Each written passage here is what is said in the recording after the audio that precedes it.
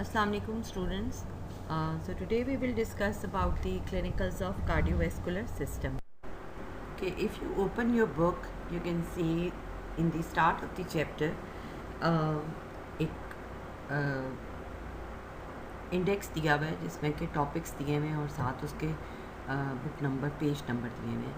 So the one written in the blue is the normal anatomy और the normal physiology. ठीक है, और जो ये रेड में दिए हुए हैं बेटा ये सारे आपके क्लिनिकल्स हैं, whether they are related to anatomy और related to physiology. So the teacher will tell you about the ones which belong to the anatomy and the ones which belong to the physiology. Okay, thrombosis क्या होता है? Thrombosis is the formation of blood clot inside a blood vessel, interrupting blood supply to the tissues. So normally blood flow कर रहा होता है blood vessels में और उसमें clot बन जाए. ठीक है, नॉर्मली तो क्लॉट हमने आउटसाइड दी बॉडी देखा है, जहाँ पे ब्लीडिंग हो रही होती है वहाँ पे ब्लड क्लॉट हो जाता है, but this is the formation of blood clot inside the blood vessel, interrupting blood supply to the tissues. So the risk of thrombus developing within the blood vessel is increased when slow blood flow. There is a slow blood flow. ठीक है, slow blood flow किस वजह से हो सकता है ये हम देखेंगे. डैमेज हो सकता है to blood vessel intima. Intima क्या होता है? जो सबसे अंदर वाली लेयर होती है जिसमें एपिथेलियम होती है, सिंपल स्क्वेमस, और साथ में सब एंडोथेलियल कनेक्टिव टिश्यू होता है थोड़ा सा. और उसके बाद इंक्रीज ब्लड कोएगुबिलिटी जिन कंडीशंस में ज़्यादा होती है, ठीक है, उनमें थ्रोम्बस बनने के चांसेस ज़्यादा होते हैं. Okay, so the slow blood flow, first of all the slow blood flow.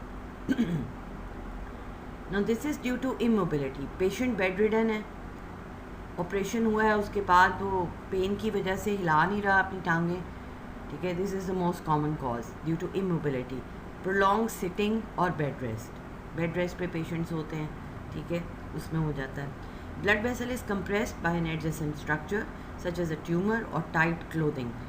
उसके अलावा ब्लड वेसल जो है वो कंप्रेस हो सकता है, इर्द गिर्द कोई ट्यूमर है या फिर बहुत टाइट कपड़े पहनते हैं तो उसकी वजह से भी जो है वो स्लो ब्लड फ्लो हो जाता है, जिसकी वजह से थ्रोम्बस बनने के चांसेस होते हैं. Sustained fall in blood pressure, जैसे कि शॉक के पेशेंट में होता है. पेशेंट शॉक में गया होता है, ब्लड फ्लो स्लो हो जाता है और उसमें भी फिर ब्लड क्लॉट बनने के चांसेस होते हैं. Then we have the damage to the blood vessel intima.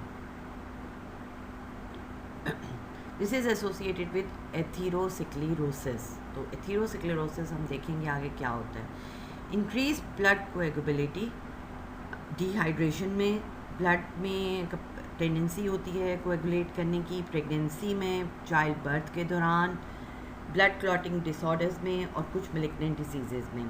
ठीक है, उसके अलावा presence of intravenous cannula and oestrogen भी इंक्रीज करता है risk of blood clotting, clot formation.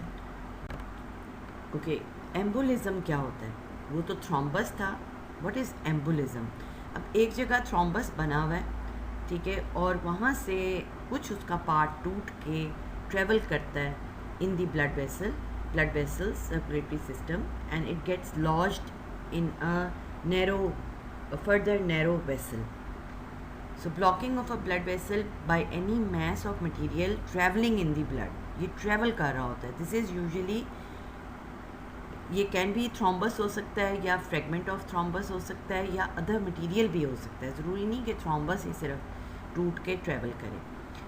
Emboli originating in an artery level, it travels away from the heart until they reach an artery too narrow to let them pass and lodge there, partly or completely blocking blood supply to the distal tissues.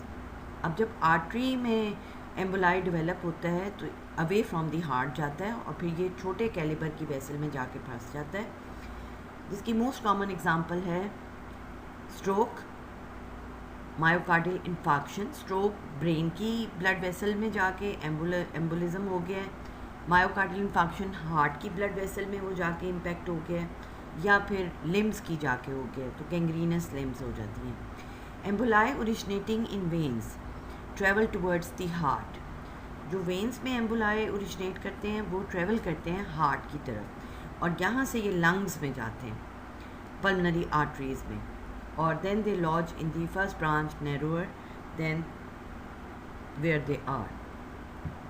So pulmonary embolism क्या है? जब एक pulmonary artery या इसकी branches block हो जाती हैं तो उसकी वजह से इमीडिएट रिडक्शन हो जाती है इन the blood flow through the lungs. This is one of the most common serious consequences of venous embolism. Massive pulmonary embolism blocks a main pulmonary artery और उसकी वजह से sudden death हो सकती है, collapse हो जाता है patient और death हो सकती है. Okay, then there is a term infarction. तो अभी अब तक हमने किया है thrombosis, embolism, pulmonary embolism. Now we are coming to the term infarction. Infarction is the term given to tissue death because of interrupted blood supply. Blood supply interrupt हो गई किसी भी वजह से, थ्रोम्बस की वजह से, किसी भी वजह से, एम्बुलेंस की वजह से, उसकी वजह से जो टिश्यू डैमेज हुआ है उसको हम इन्फाक्शन कहते हैं. Consequences of interrupting blood supply depend upon the size of the artery blocked and the functions of the tissue affected. अच्छा, इस्कीमिया का मतलब है कि रिड्यूस ब्लड सप्लाई हो जाए, उसकी वजह से जो डैमेज होगा टिश्यू में वो इस्कीमिया कहलाता है. Infarction is the complete interruption.